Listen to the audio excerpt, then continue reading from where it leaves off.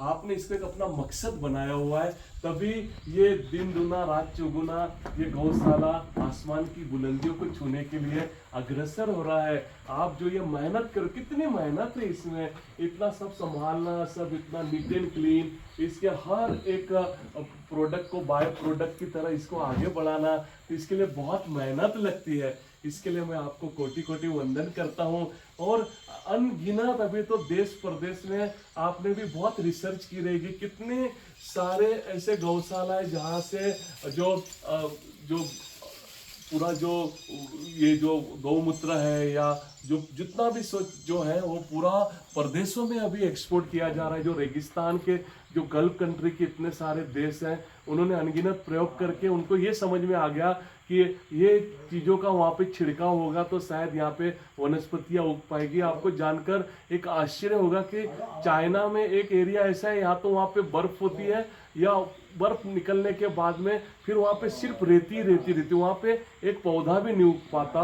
लेकिन उनको रास्ता वहाँ पे एक बनाना था, और रास्ता टिकाने के लिए दोनों तरफ में उनको पेड़ लगाने थे। तो उन्होंने बहुत रिसर्च किए, अच्छे अच्छे इजराइल से लेके बड़े बड़े एक्सपर्ट वहाँ पे गए, लेकिन वो सक्सेस नहीं हो पाए। और बाद में हमारे भारतवर्ष के एक साइंटिस्ट थे जिनको उन्होंने हायर किया, वहाँ पे बुलाया, और उस रास्ते के चारों ओर में दोनों तरफ में कई बार गौमूत्र का छिड़काव किया गया, और उसके बाद में वहाँ पे पौधे लगाने की कोशिश की गई। और ये गौमूत्र का चमत्कार देखिए कि वहाँ पे अब 40-40, 50-50 फुट ऊंचे पेड़ तैयार हो चुके हैं। तो ये गौ माता का आशीर्वाद ही है कि ये मेरी मम्मी को भी जब कैंसर था तो मैं वो गौमूत्र की बनाई हुई गोलियां उन दिनों जहाँ से भी अवेलेबल हो पाती तो उस तक पहुँचती थी, और उससे उसकी तबीयत को भी बहुत फ़ायदा होते। मैंने अपने घर में देखा, हम जब छोटे थे, अभी बच्चे का अभी आवाज़ आ रहा था, उसी उम्र का, तो मेरे को मालूम है इतनी गरीबी थी।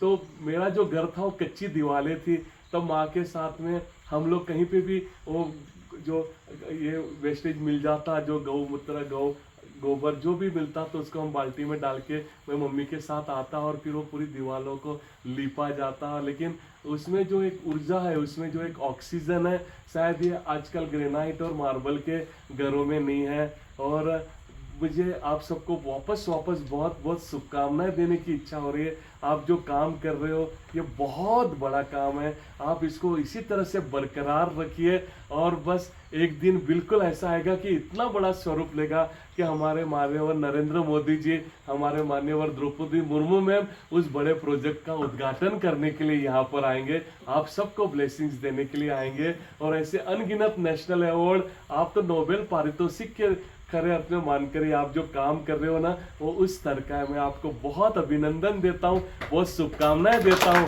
और एक बात ध्यान रखें, सनराइज कैंडल हो, सनराइज कैंडल भी एक हेंड कार्ड से यहाँ तक का जो सफर था, वो बस उसके पीछे एक ही शब्द काम आया जो आप लोग कर रहे हो, और वो है मेहनत। और इस मेहनत, इस हार्डवर्क के लिए मैं आपके साथ ये 2 लाइन जरूर शेयर करना चाहता हूँ कि ये जो दिया होता है ना, मोमबत्ती, के समा भी हवा में रोशन हो सकती है, समा भी हवा में रोशन हो सकती है, कश्ती तूफानों से निकल साहिल से जुड़ सकती है। आज जो छोटी टहनी है कल लंबी पतवार बन सकती है, आग की छोटी चिंगारी आग की ऊंची दीवार बन सकती है, मिट्टी जो रौंद दी गई पैरों तले वह कल ऊंची मीनार बन सकती है।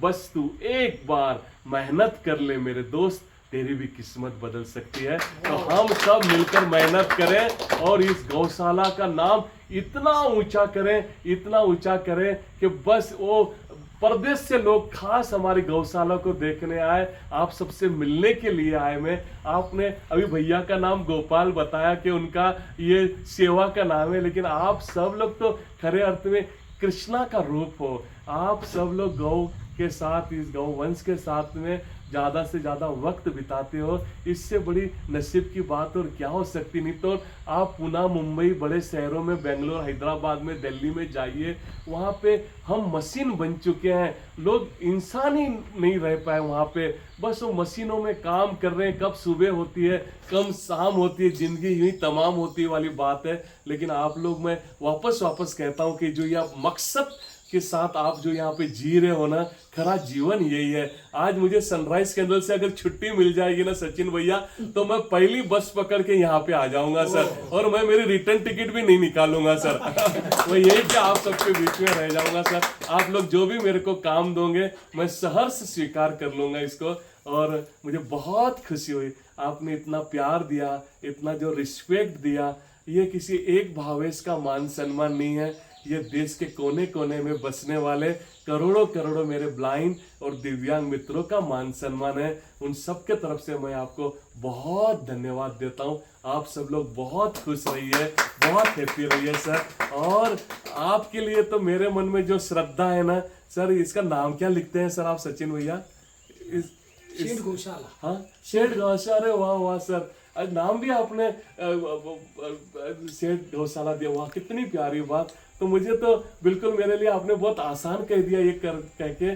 तो बस आपके लिए 2 लाइन अंत में मैं जरूर कहना चाहता हूँ। आप सबके प्रति मेरे मन में जो श्रद्धा है, जो रिस्पेक्ट है, आज ये मुझे कहने के लिए बहुत विवश कर रही है। आप तो चाहो तो इन 2 लाइनों को आप रिकॉर्ड भी कर लेना कि जब सभी शहंशाह अपनी अपनी कब्रों में बुत बनकर ऐठे होंगे, जब सभी शहंशाह अपनी अपनी कब्रों में बुत बनकर ऐठे होंगे, हम समुद्र सिंधु के पानी में बूंद बनकर बैठे होंगे। और सदियां बीते सचिन भैया, सदियां बीते, अरे सदियां बीते, जब सुल्तानों के नामों निशान नहीं होंगे, तब भी सेठ गौशाला आप घर घर बंद किताबों में अक्सर बनकर बैठे होंगे, अक्सर बनकर बैठे होंगे सर। आपको बहुत अभिनंदन सर, बहुत शुभकामनाएं सर। सगळ्यांना तिथे अंध मुलं आहेत त्यांच्याकडे जे खितपत पडतात. आज आपल्याकडे एक अंध शाळा आहे तुमच्या जिल्ह्यातली, घराडीला आहे ना, तसे अंध मुलं जी घरच्यांना सुद्धा ओझं होतात, अशा मुलांना, अशा लोकांना काम देण्याचं काम भावेशभाई करतात. आणि त्यांच्याकडे अशी लोक आहेत जे तुम्ही इथं काम करता, तसे त्यांच्याकडेही ती मुलं आणि मुली, अंध मुलं काम करतात. मला एक आपल्याला माझ्यामध्ये एक समानता अशी वाटते ना मित्रांनो, की आपण पण खूप सारे प्रोडक्ट बनवतात, आप कुंडी बनवतात, आप दीपक बनवतात है ना, त्याच्यासाठी पण अमुक डाईचा सचिन भैया उपयोग करतो। आप अलग प्रोडक्ट के लिए आप वो डाई का उपयोग करते हैं, और हम लोग वहाँ पे वैक्स का उपयोग करते हैं, मोम का उपयोग करते हैं उसके लिए जी। लेकिन आपका और हमारा काम करीब करीब एक ही है जी। आप भी समाज में एक उजाला फैलाने की कोशिश कर रहे हो, हम भी इस मोमबत्तियों के माध्यम से हाँ सर ये उजाला फैलाने की कोशिश कर रहे हैं। तो बस आप सबको बहुत शुभकामनाएं जी, बहुत शुभकामनाएं। जब हमने इस प्रोजेक्ट की शुरुआत की थी सचिन भैया, मुझे अभी शिरीष सर ने कुछ लाइनें याद दिलाई तो मैं जरूर शेयर करना चाहूँगा। तो बड़े बुजुर्गों से बड़ा नकारात्मक रहता कि ये कैसे करोगे, ये कैसे हो पाएगा, कुछ भी मुमकिन नहीं है, ऐसे आप कर ही नहीं सकते ब्लाइंड होके।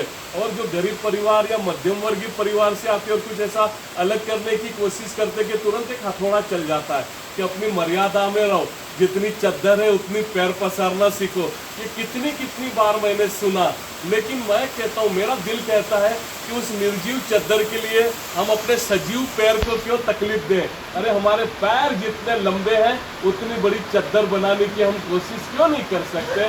और नक्की ये शेठ गौशाला एक बहुत बड़ा रूप होने वाला है।